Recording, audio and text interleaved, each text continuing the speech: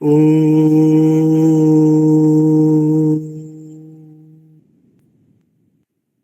पार्थाय प्रतिबोधिता भगवता नारायणेन स्वयं व्यासेन ग्रथिता पुराणमुनिना मध्ये महाभारतम् अद्वैतामृतवर्षिणीं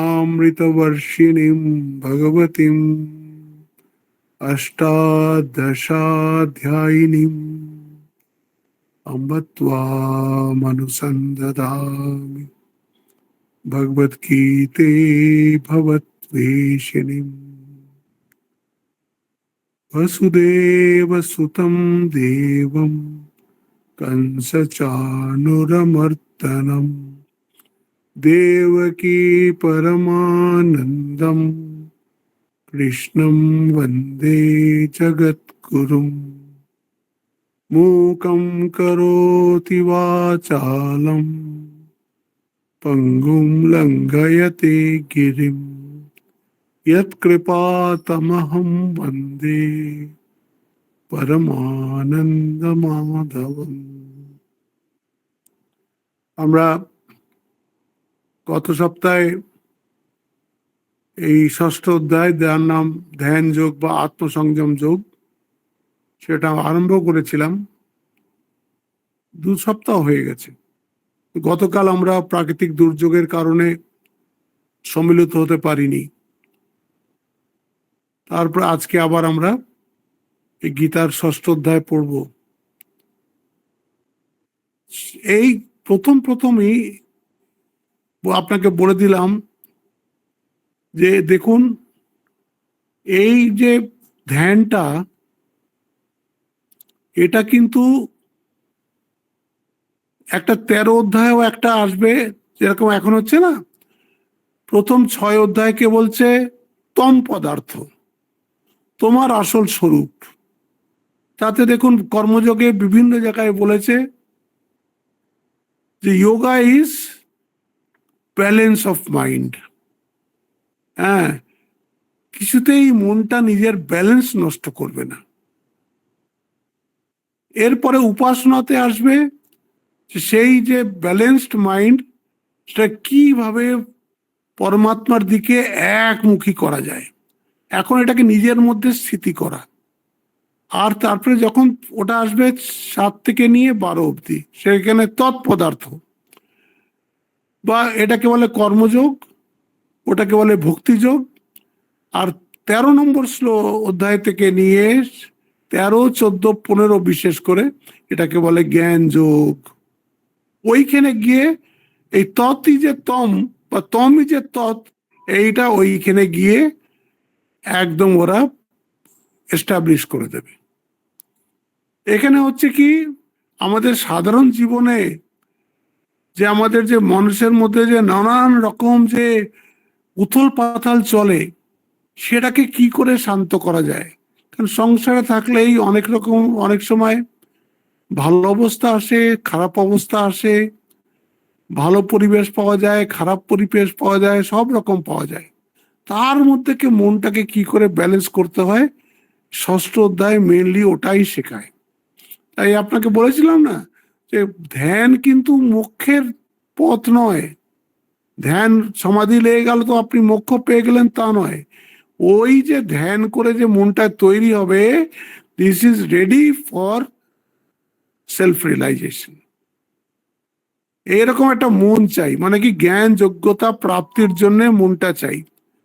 তো তার জন্য আমি বলেছিলাম যে এটাকে 6টা পার্টে ডিভাইড করা যায় জ্ঞান যোগটাকে, এই ধ্যান যোগটাকে। প্রথম হচ্ছে বহিরঙ্গ সাধন, তারপরে হচ্ছে অন্তরঙ্গ সাধন, তারপরে হচ্ছে ধ্যানের স্বরূপ, তারপরে এসে গেল ধ্যানের মধ্যে যেসব বাধা আসবে সেগুলো, আর তারপরে ধ্যানের ফল। এই 5টা হচ্ছে মেন টপিক ধ্যান নিয়ে। আর শেষে, অধ্যায়টার শেষে অর্জুন একটা প্রশ্ন করবেন যে ধরুন সে এই জীবনে এত চেষ্টা করেও অকৃতকার্য হলো, তো তার কি হয়, মানে যোগভ্রষ্টর কি গতি হয়, সেটাও ভগবান এই অধ্যায়েই বলবেন। এটাও বলা হয়েছিল বৈরঙ্গ সাধনাতে, যে দেখুন আমাদের কাছে মন কিন্তু একটাই, আর মন কিন্তু একসাথে দুটো চিন্তা করতে পারে না। দেখবেন একটাই চিন্তা মনে হবে, তার সঙ্গে আরেকটা চিন্তা চলবে না। যদিও এত ফাস্ট হচ্ছে ওটা আমরা বুঝতে পারি না, কিন্তু মনে এক সময় একটাই চিন্তা থাকে। আর এই মনটাকে আপনাকে নিরোধ করতে হবে। যে মনটাকে আপনাকে নিরোধ করতে হবে, সেই মনটা দিয়ে যদি আপনি বেশি সংসারের এই কি বলে নানান কোলাহলের মধ্যে ওই মনটাকে যদি আপনি মিশিয়ে ফেলেন, তাহলে আর মনটা নিরোধ হবে না। এইটা বহিরঙ্গ সাধনের একটা মেন একটা পয়েন্ট, যে মনটাকে আমাকে মনে রাখতে হবে আমি সমত্বম যোগা উচ্চতে বলছে না, সমত্বম যোগ উচ্চতে। তো সমত্বতে আসার জন্য মনটাকে আমাকে সাবধানে সামলে রাখতে হবে, মনটাকে এরকমই ছেড়ে দেওয়া যাবে না। তো এই জন্য আমাদের প্রায় 24x7 সাধনা হয়ে যায়। কেন, কি করে সাধনা হয়ে যায়? আমাদের প্রত্যেক সময় দেখতে হবে যে মনটাতে কি ভাবনা উঠছে, মনটা কি ভাবছে, মনটা এখন শান্ত আছে না অশান্ত আছে। হুম, এগুলো সব ভাবতে হবে।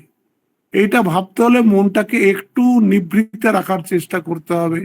আপনি ধ্যান না করুন, আপনি তখন জপ না করুন, কিন্তু চুপচাপ বসে মনটাকে দেখুন, মনটা কি ভাবছে মনের মধ্যে। তখন বোঝা যাবে যে এই এই এত ময়লা মনের মধ্যে আছে। হ্যাঁ, এই জন্যে এইটা খুব ইম্পর্টেন্ট। তারপরে যেরকম একটা রাবার বল সাবকনসিয়াস মাইন্ড আছে, তো আমাদের একটা হচ্ছে এই কনসিয়াস মাইন্ড, যেটা দিয়ে আমরা এখন কথা বলছি। আর অনেকগুলো চিন্তা মনের ভেতরে লুকিয়ে রয়েছে, সব মাঝে মাঝে মাঝে মাঝে লাফায়। যারা একটু বিবেকবান মানুষ তারা করে কি, ওইগুলো লাফানোর আগে ওগুলো প্রেস করে দেয়, ওগুলোকে বেরোতে দেয় না। সেহেতু আপনি এটা রাবার বলকেও জলের তলায় ফোর্স দিয়ে দাবিয়ে রাখতে পারেন, কি একটা কাঠের টুকরোকেও ফোর্স দিয়ে মাটির তলায় জলের তলায় ডুবিয়ে রাখতে পারেন, কিন্তু যেই ফোর্স সরিয়ে দেবেন সঙ্গে সঙ্গে আবার ওটা ভেসে উঠবে। তো এই সাবকনসিয়াস মাইন্ডকে ওরকম করে প্রেশার দিয়ে রাখা যায় না, ওটাকে সাবলিমেট করতে হয়। তাই জন্যই অত কর্মের কথা বলা হলো। আপনারা যারা বেদান্তর ক্লাস পড়ছেন তাতে দেখছেন 6 রকম কর্ম, তার সঙ্গে উপাসনা কর্ম। ওই সব কর্ম করার পরে বলছে সাধন চতুষ্টয় সম্পন্ন হতে হবে। এই সবটাই মনকে নিয়ে। তাই প্রথম শ্লোকে বললেন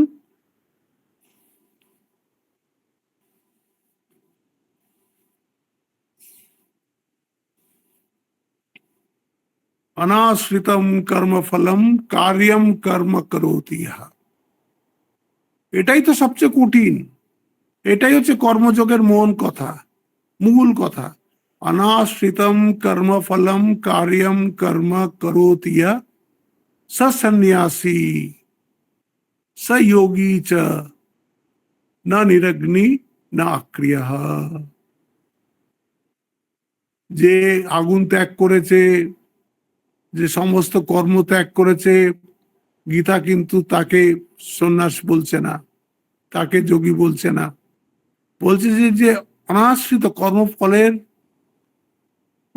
আশ্রয় না রেখে যে কর্ম করে, অনাশ্রিতম কর্মফলম কার্যম কর্ম করোতি।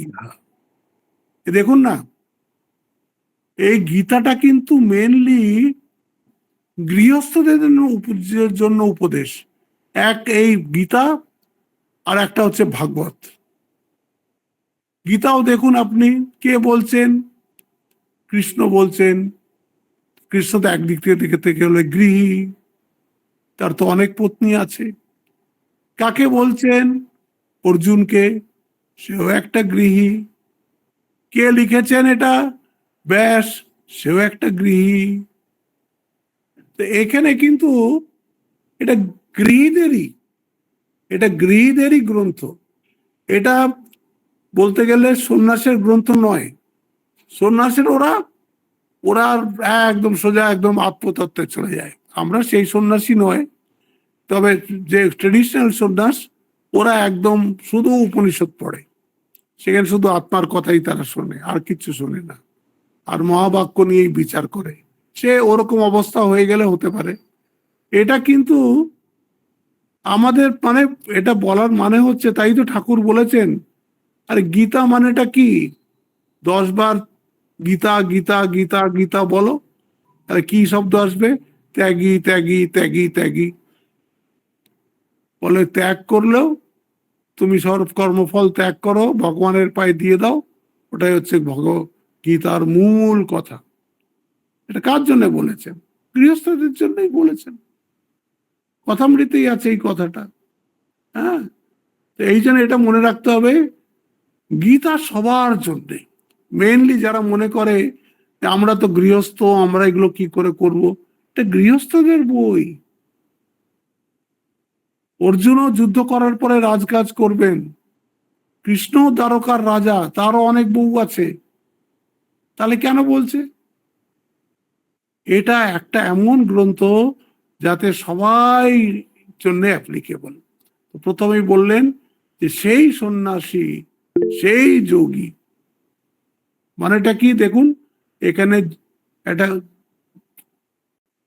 যোগী মানে হচ্ছে, বা অনাশ্রিত কর্মফল যে করে, সে হচ্ছে একটা নিষ্কাম কর্মযোগী। নিষ্কাম কর্মযোগী আর সন্ন্যাসীর মধ্যে কৃষ্ণ কোনো ডিফারেন্স করছেন না, তার মধ্যে কোনো ডিফারেন্স করছেন না। একটা সন্ন্যাসী যে বেনিফিটটা আশ্রমে বসে ঘুরে ঘুরে এনজয় করে, একটা গৃহস্থ বাড়িতে বসেও সেই সেই ব্লিসটা এনজয় করতে পারে। এই জন্য কখনো ভাববেন না যে আপনি গৃহস্থ বলে আপনি একটা বড় কিছুর থেকে বঞ্চিত। গীতার মতে আপনি একদমই বঞ্চিত নয়। এটা প্রথম শ্লোকে হয়ে গেল। হ্যাঁ, তারপরে দ্বিতীয় শ্লোকে এসছিল ইয়ম সন্ন্যাসম ইতি প্রাহু যোগম তম বিদ্ধি পাণ্ডব। এটা বলেই দিল, যাকে সন্ন্যাস বলে তাকে নিষ্কাম কর্মযোগ বলে। দ্বিতীয় শ্লোকে পরিষ্কার করে দিল, না হিয় সন্ন্যাস্ত সংকল্প যোগী ভবত কশ্চন। অসন্ন্যাস্ত সংকল্প মানে কি? আমাদের গৃহস্থদের একটা খুব প্রবলেম হচ্ছে ওয়ারি, যাকে বলে WORRY। সব সময় আমরা নানান রকম চিন্তা করে চলেছি। একটা ওয়ারি, আর একটা হচ্ছে গৃহস্থদের কাজ হয় প্ল্যানিং। এরপরে আমার জীবনটা কিরকম হবে, তার জন্য আমার কি করা উচিত, এই সবগুলো সিকিওর হলে পরে আমার জীবনটা ভালো হবে। প্ল্যানিং করতে অসুবিধা নেই, প্ল্যানিং করো, কিন্তু ভগবান বলছেন যে এই ওয়ারিংটাকে ছাড়ো। অসন্ন্যস্ত সংকল্প, এই যে সংকল্প করতে থাকে, সংকল্প মানে তার সাথে বিকল্পও আছে। সংকল্প বিকল্প যে করতে থাকে, সে কখনো যোগী হতে পারে না। দেখুন সেই কর্মযোগের কথাই এসে গেল, সমত্বম যোগ উচ্চতে। এখানে সেইটাই বলে দিলেন, ইয়ম সন্ন্যাসমিতি প্রাহু যোগত্বম বিদ্ধি পাণ্ডব না ইয়া সন্ন্যস্ত সংকল্প যোগী ভবতি কশ্চন। এইবার ঠাকুর আজকে তৃতীয় শ্লোকে বলবেন, আরুরুক্ষ মুনে যোগম কর্ম কারণম উচ্যতে যোগারূঢ়স্য তস্যৈব সম কারণম উচ্যতে। 2 ক্লাস করে দিলেন। একটা হচ্ছে আরুরুক্ষ মুনি, যারা উপরে উঠতে চাইছে। আরুরুক্ষ মানে কি, সেটা ট্রান্সলেশন বাংলায় কি করেছে, এটা এখানে খুব সুন্দর করেছেন শঙ্করাচার্য। যোগম আরুরুক্ষ বলছে ধ্যান যোগম আরূঢ়ম ইচ্ছতঃ, ধ্যান যোগে আরূঢ় যিনি হতে চান, হ্যাঁ, তাকে বলছে আরুক্ষ। তারপরে বলছে ধ্যান যোগে অবস্থা তুম আসক্ত সে এইবা অত্যর্থ, যে ধ্যান যোগের স্টেবিলিটিতে পৌঁছায়নি, পৌঁছানোর চেষ্টা করছে, তাকে বলছে আরুরুক্ষ। খুব ইম্পর্টেন্ট কথা। আমরা সবাই চাইছি তো ওই স্টেটটা যেখানে আমাদের ব্যালেন্সটা কিছুতেই নষ্ট হবে না, মনটা একদম শান্ত থাকবে। সেটা তো একদিনে হয় না, সেটা একটা অনেক বড় সাধনার ব্যাপার। তাই এখানে বলছে তাদের কি কর্ম কারণ মুচ্যতে, ঠিক এরকমই দেখুন শ্লোক এসছিল তৃতীয় অধ্যায়ে, লোকেস্মিন দুবিধা নিষ্ঠা পুরা প্রোক্তা ময়ানগ, জ্ঞান যোগে না সাংখ্যানম কর্মযোগে না যোগিনাম। এটাই বেদের কথা, যে যে শুরু করছে, যে স্ট্রাগলার, যে আধ্যাত্মিক পথে এগোতে চাইছে, তাকে আগে মনটাকে ঠিক করতে হবে। মনটাকে ঠিক করার এই বহিরঙ্গ সাধনা, অন্তরঙ্গ সাধনা, এইসব তোমাকে করতে হবে। আস্তে আস্তে আস্তে আস্তে ক্লাস পেরোনোর মতন পেরোতে হবে। অনেক খাটাখাটনি করার পরে এরকম একটা অবস্থা এসে যাবে। আর আমাদের গুরুদেবরা বলেন, আমরা তো অনেকবার, তখন তো নতুন নতুন এসছিলাম, তো মন একদম খুবই চঞ্চল। তা একবার দুবার গুরুদেবকে বলেই দিয়েছি, মনকে নিয়ে আর পারা যাচ্ছে না, মনটা কিছুতেই বসে না, যতই চেষ্টা করি ততই চঞ্চল হয়ে যায় বেশি। তো বলছে করতে থাকো না, কতগুলো জীবন তো এমনি গেছে, এই জীবনটা ঠাকুরকে দিয়েই দেখো না, কি হয় দেখোই না।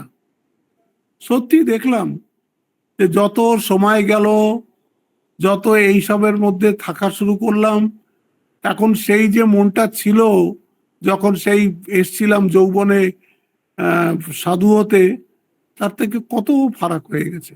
শেষ আমি পৌঁছে গেছি তা বলছি না, কিন্তু ডিফারেন্স তো এসে গেছে। এখনো অনেক অঙ্কট বঙ্কট আছে, কিন্তু এখন আর সেরকম মনে হয় না, যেরকম আগে মনটাকে একেবারে একদম চঞ্চল হয়ে থাকতো, সেরকম হয় না। হ্যাঁ, তাই বলছে সে যেভাবেই আপনি যান, আরুক্ষ মুনে, মুনের সম্বন্ধে বলছেন কর্ম ফল সন্ন্যাসীন ইত্যর্থ। তার মানে কি, যে কর্ম ফলকে যে সন্ন্যাসীন মানে যে ত্যাগ করেছে, তাকে বলছে মুনে। তারপরে বলছেন কর্মটাকে কি বলছেন, নিত্য কর্ম ভগবত অর্পণ বুদ্ধিয়া, যেটাই আপনার নিত্য কর্ম, সেটা যেন আপনি ভগবানকে অর্পণ করার বুদ্ধি নিয়ে করেন। এর ফল ভগবান সব তুমি নাও, আমাকে তোমার পাদ পদ্মে শুদ্ধ ভক্তি দাও। হ্যাঁ, যোগা রূঢ়স্য কি বলছেন, যোগা রূঢ়স্য বলছেন যোগম শুদ্ধি রূপম বৈরাগ্য প্রাপ্ত বস্তু। যেই অন্তঃকরণ শুদ্ধ হয়ে গেল, বিবেক জাগ্রত হয়ে গেল, সঙ্গে সঙ্গে যে বৈরাগ্য এসে গেল, তখন আপনি হয়ে গেলেন যোগারূঢ়। তো আমি বলেছিলাম না ওখানে ষটক সম্পত্তিতে, যে কি বলে সবচেয়ে প্রথম হচ্ছে বিবেক, তারপরে হচ্ছে বৈরাগ্য, তারপরে হচ্ছে সমাধি ষটক সম্পত্তি, তারপরে হচ্ছে মুমুক্ষু। যখন শিষ্য প্রশ্ন করছে যে সবচেয়ে ইম্পর্টেন্ট কোনটা এই চারটের মধ্যে, বলছে মুমুক্ষু। আপনারাও তো সবাই মুমুক্ষু, আপনারা সবাই মুমুক্ষু মানে আপনারা ভগবানকে চান, আপনারা এই জগতের প্রতি আপনাদের যদি টান থাকতো, জগৎকে ভোগ করার ইচ্ছা থাকতো, তাহলে গীতা শুনতেন না। একটু একটু মুমুক্ষুত্ব তো সবার মধ্যে আছে, না হলে গীতা শুনতেন না। তাহলে আপনি মুমুক্ষু, বলছে তাহলে মুমুক্ষুর আরেকটা কি গুণ হওয়া দরকার, এই আপনি যে এতগুলো বললেন, তাহলে বৈরাগ্য হওয়া দরকার। এখানেও সেইটা বলছে যোগা রুচ্যতে ঈশ্বরৈবা সমক কারণম উচ্যতে। হম, সমার কি অর্থ করছে দেখি।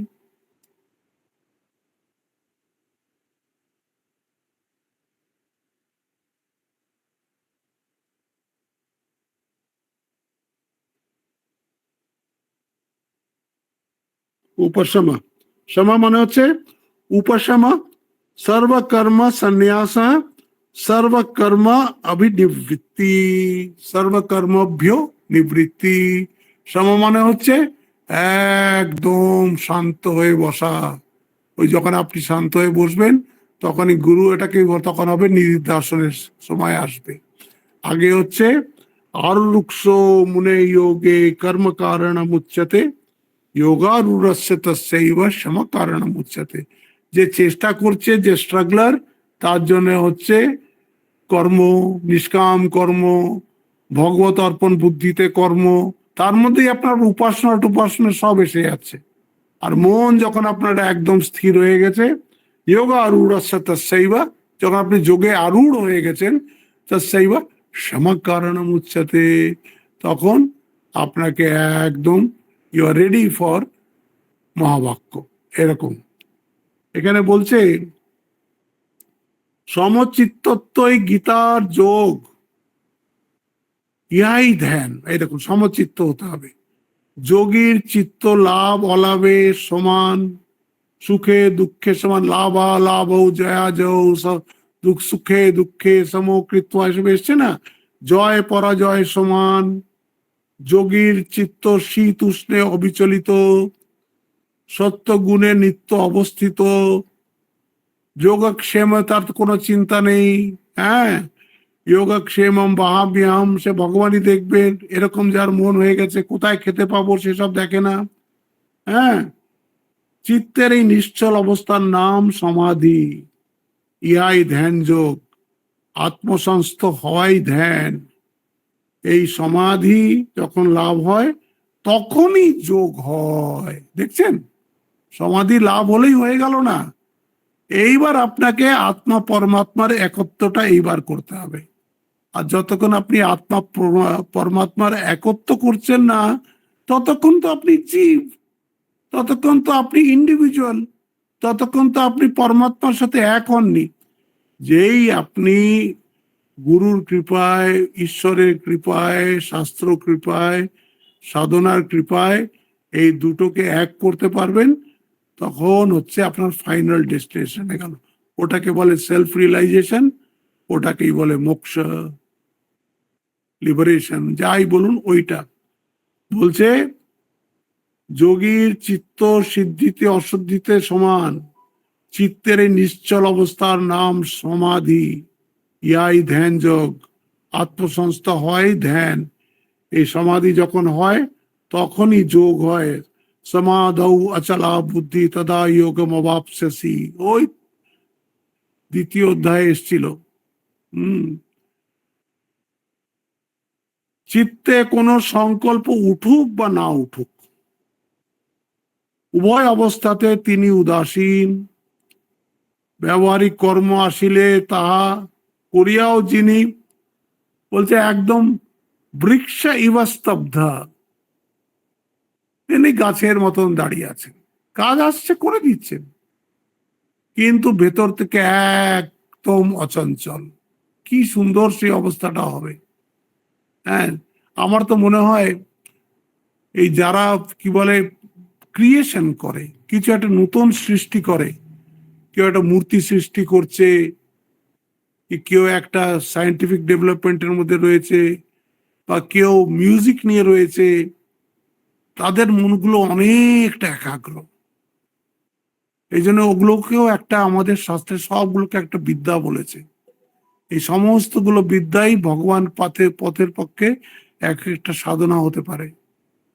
যারা মূর্তি বানায় তাদের যে কি একাগ্র ভাব আপনি না দেখলে কল্পনা করতে পারবেন না। যদি একটুও তার ছিটে ফোটা বুঝতে চান, আমাদের সারগাছিতে তুষার মহারাজ আছেন, উনি মূর্তি বানান, অবাক হয়ে যাবেন দেখে। সে সময় পেলেই মূর্তি বানাতে চলে যাচ্ছে, আর এক মনে মাটি নিয়ে যে কি করে চলেছে, আপনি ভাববেন এটা তো হয়ে গেছে, আবার কেন এটাকে করছেন। তো ওর দৃষ্টিতে হয়নি, ওই নিয়েই ও বসে আছে, সব দিন সারাদিন বসে আছে। হ্যাঁ, তো এদের মন অনেক বেশি ঊর্ধ্বে উঠে গেছে, অনেক একাগ্র হয়ে গেছে, একদম ওয়ান পয়েন্টেড হয়ে গেছে। বলছে সমাধি বা ধ্যান জ্বরের মতন অবস্থা নহে। হ্যাঁ, জ্বর হয়ে পড়ে থাকলাম, ওটাকে সমাধি বলে না। এই অবস্থায় বিষয় চিন্তা কিছুই নাই, এইটা হচ্ছে আসল কথা। আমরা যেরকম বিষয় চিন্তায় আমাদের মনটার বেশিরভাগটা থাকে, ওদের বিষয় মানে এই রূপ রস গন্ধ স্পর্শ ঘ্রাণ এইসব, শব্দ স্পর্শ রূপ রস গন্ধ, আমাদের বেশিরভাগই এর মধ্যে মনটা থাকে। আপনি দেখবেন মনটাকে সব সময় কি খাবো, কি পরবো, কোথায় যাব, কার সাথে গল্প করব, এই মধ্যেই আমার মনটা রয়েছে। তাদের মনের মধ্যে এইগুলো থাকে না। যার মনে এইগুলো থাকে না, তার মনে কি থাকে? ভগবান থাকেন। আর তার মনটা আর আমাদের মনটা আপনি কল্পনা করে দেখুন। হুম, বলছে গীতত্ব যোগী আত্মরতি, এটা আগে এসছে। আত্মতৃপ্ত, আত্মসন্তুষ্ট, গীতার যোগীর কোনো কর্ম নেই, তস্য কার্যম না বিদ্যতে। আবার আছে গীতোক্ত যোগী গুণা গুণেষু বর্তন্তে ইতি মত্বা না সজ্জতে। কর্ম করেও কি ভাবেন? গুণ নিজের কাজ করছে, আমি তো সব গুণ থেকে আলাদা, উনি তো ত্রিগুণের পারে চলে গেছেন। গীতোক্ত যোগীর কোনো কর্ম নাই বলে দিলেন। গীতোক্ত যোগী কর্মে অকর্ম দেখেন। মনে আছে ওই শ্লোকটা? কর্মণি কর্ময়া পশ্চেদ আকর্মণি চ কর্ময়া সবুদ্ধিমান মনুষ্যেষু সযুক্ত কৃষ্ণ কর্মকৃত। সব খুব ইম্পর্টেন্ট ইম্পর্টেন্ট শ্লোক আমরা পড়ে এসেছি। এটা যদি আপনার নিজে নিজে না পড়েন, ওর গীতা সব পেছনে কি পড়া হয়েছে ভুলে যাবেন।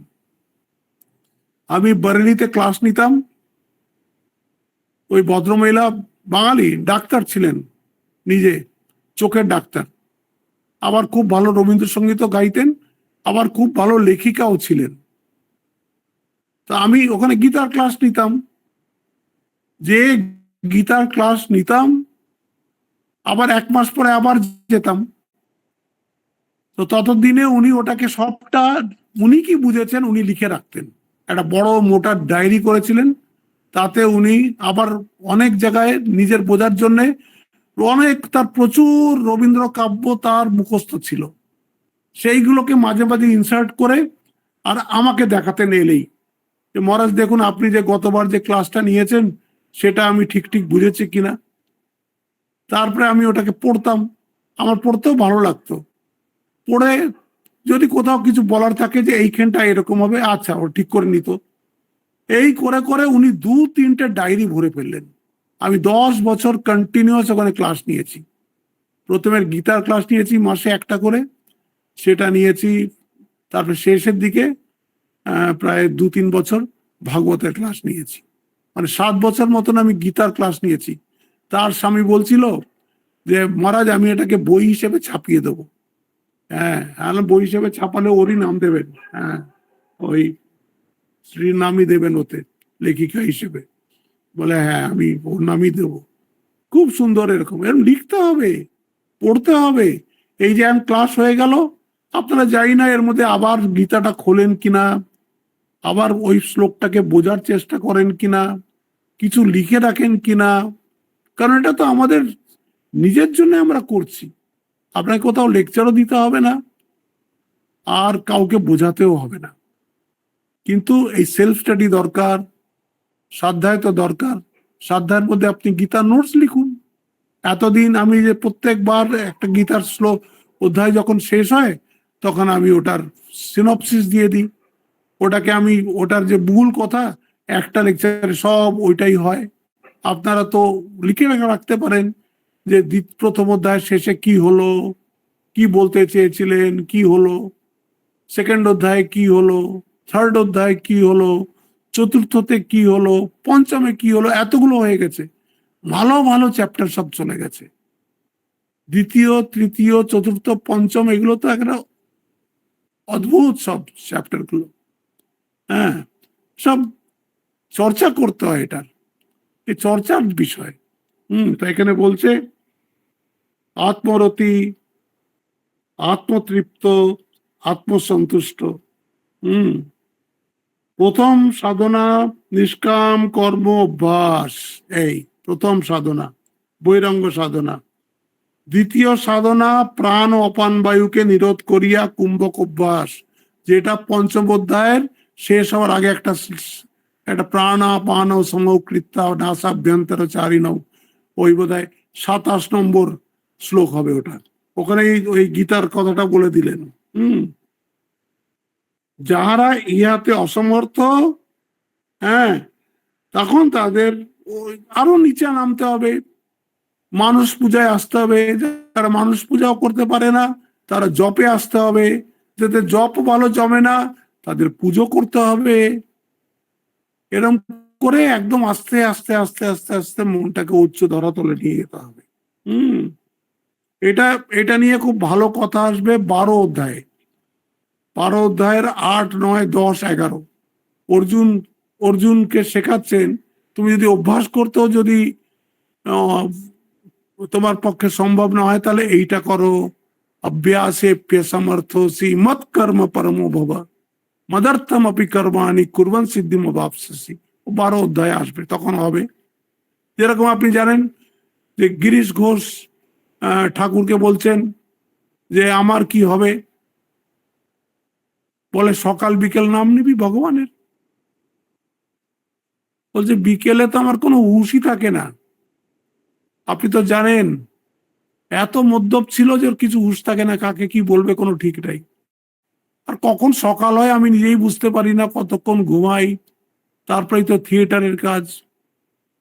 এরম করে যেটাই বলে সেটাকেই গিরিশ বলে না ওটা আমার দ্বারা হবে না, কারণ বুঝতে পারছে ঠাকুরের কথা দিলে তো ওটা করতে হবে, কোনো করার প্রতিজ্ঞায়ও যেতে চায় না। হ্যাঁ, তখন বলে খাওয়ার সময় করে, বলে খাওয়ার কথাই মনে থাকে না, কি করব, খাই কি খাই না সেটাও আমি জানি না। ও আমি পারবো না ঠাকুর, তুমি যা বলছো একটাও আমি করতে পারবো না। তখন ঠাকুর বললেন দে শালা, তাহলে আমাকে আম মুক্তারি দে, পাওয়ার অফ অ্যাটর্নি আমাকে দে। ভাবলো বাহ বেঁচে গেলাম, আমাকে কিচ্ছু করতে হবে না, আমার হয়ে ঠাকুরই সব করবেন।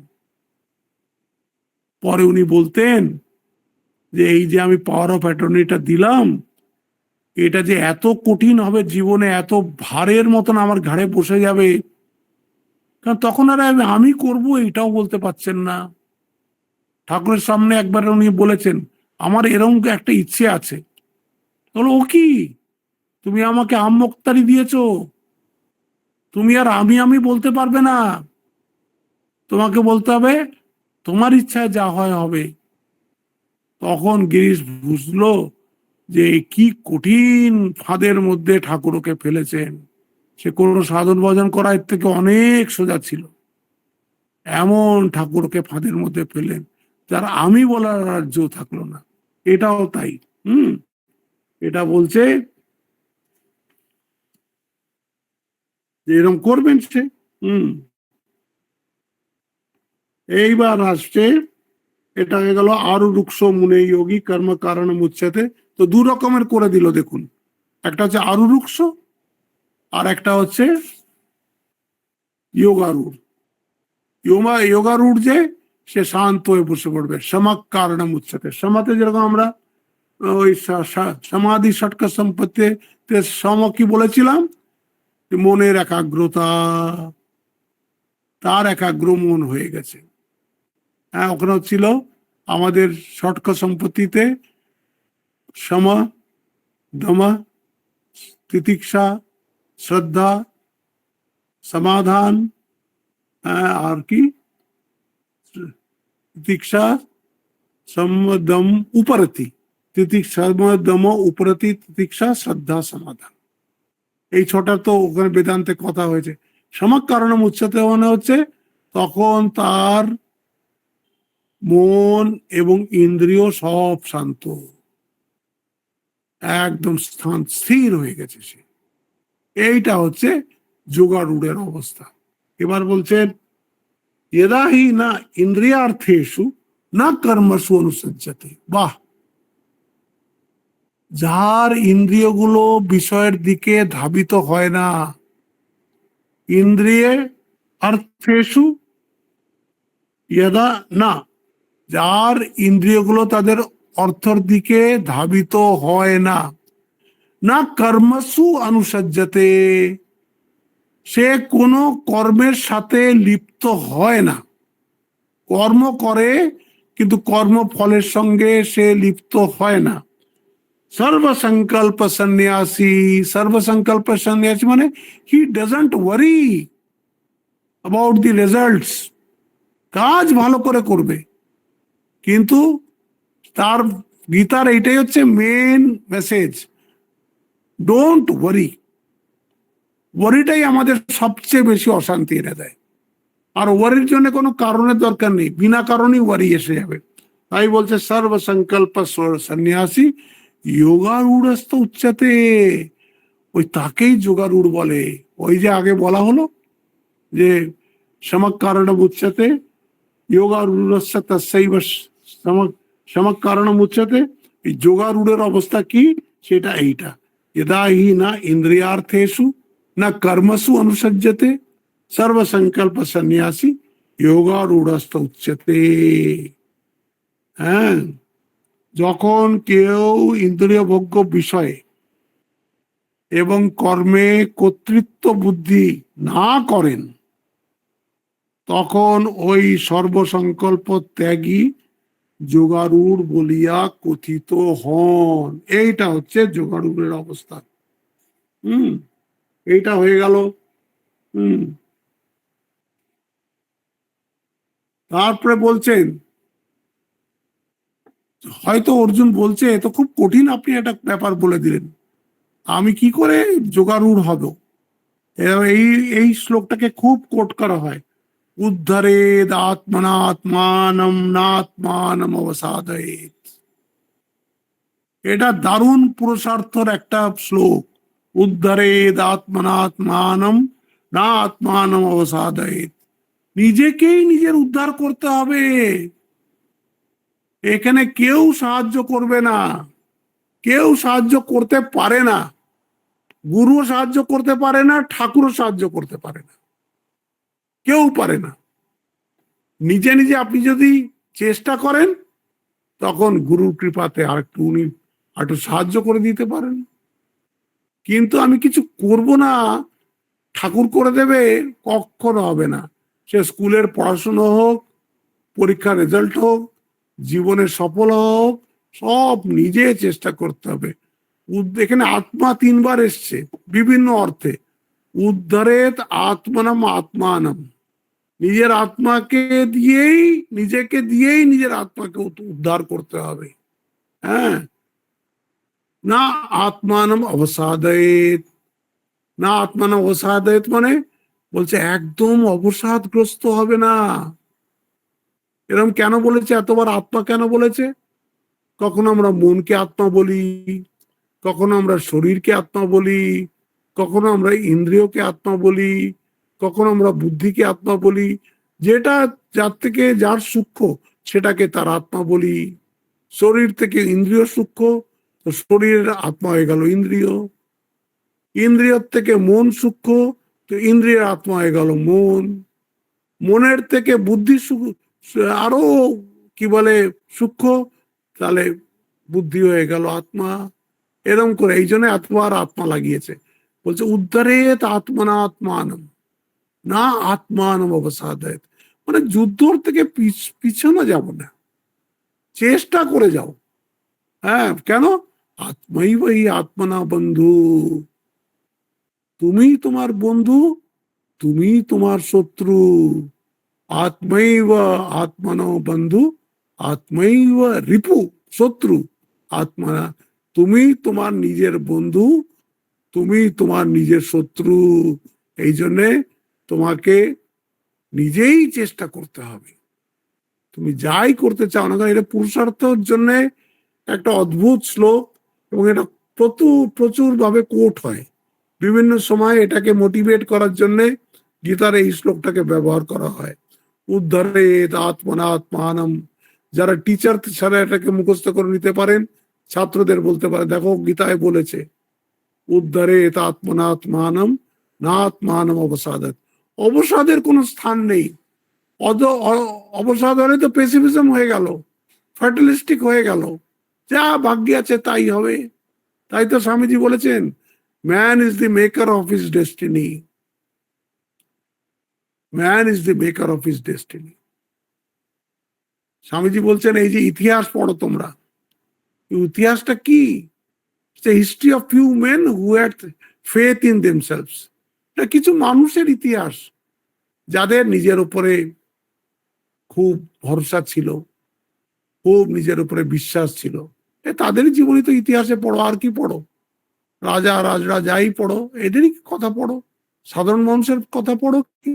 সাধারণ মানুষ শুধু ওই রাজা আগে আগে ছুটছে, এরা পয়দল সৈনিকের মতন পেছন পেছন ছুটছে, এরা না। হ্যাঁ, এই জন্যে এই উদ্ধরে আত্মনা আত্মানম না আত্মানম অবসাদায়, কিছুতেই অবসাদগ্রস্ত হো না। হ্যাঁ, কোনো না ভেঙে পড়ার কোনো কারণ নেই, তোমাকে আবার উঠে দাঁড়াতে হবে।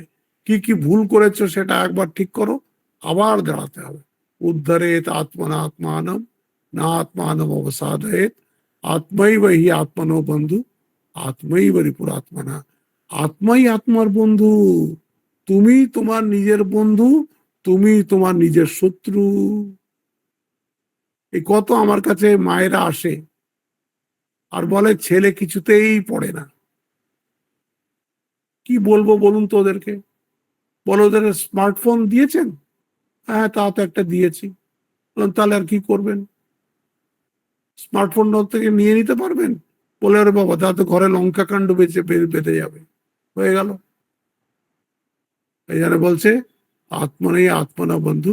এই জন্যে সে তাকে নিজে বুঝতে হবে যে আমি নিজের শত্রু যদি আমি ঠিকভাবে না চলি, আর আমি যদি ঠিকভাবে চলি তাহলে আমি আমার বন্ধু। তুমি তোমার, তাই জন্য স্বামীজি বলেছেন man is the maker of his destiny. মানুষ নিজের ভাগ্যের নিজে নির্মাতা। এইটাই আমার তো মনে হয় এই 6th চ্যাপ্টারের একদম খুব ইম্পর্টেন্ট শ্লোক। হ্যাঁ, এইটা মনে রাখলে তাহলে শরীরের মধ্যে একটা নতুন উৎসাহ এসে যায়। না না, আমাকেই করতে হবে, আমাকেই করতে হবে, যা করার আমাকেই করতে হবে। তো আজকে এই অবধি হয়ে গেল, 5 নম্বর শ্লোক অবধি হয়ে গেল। হ্যাঁ, উদ্ধরেদ আত্মনা আত্মানম না আত্মানম অবসাদয়েত আত্মাইব হি আত্মনা বন্ধু আত্মাইব রিপুর আত্মনা। এর পরেরটা আমরা পরের সোমবার মঙ্গলবার ক্লাস করব না। আমি 5 দিনের একটা ব্রেক নিচ্ছি। একদম এবার জুন মাস থেকে আবার ক্লাস শুরু হবে। এই মে মাসে আর গীতার ক্লাস হবে না। দুটো সোমবার মঙ্গলবার আছে, কিন্তু আমি তো একটা ব্রেক নিচ্ছি কয়েকদিনের। খুব এই আমাদের কনস্ট্রাকশনের কাজে আমি খুব একটু ক্লান্ত হয়ে গেছি। সারাদিন আমাকে ওখানে নানান রকমের ঝামেলা পোহাতে হচ্ছে। এই জন্য আমি একটু কদিন বাইরে গিয়ে থেকে তারপরে চলে আসব। এই জন্য সামনের দুটো সোমমঙ্গল হবে না। আপনারা নোটিশ পেয়ে যাবেন সম্পার কাছে। আবার জুন মাস থেকে আমরা আবার শুরু করব। ওম শান্তি শান্তি শান্তি। হরি ওম তৎসৎ। শ্রীরাম কৃষ্ণার্পণমস্তু।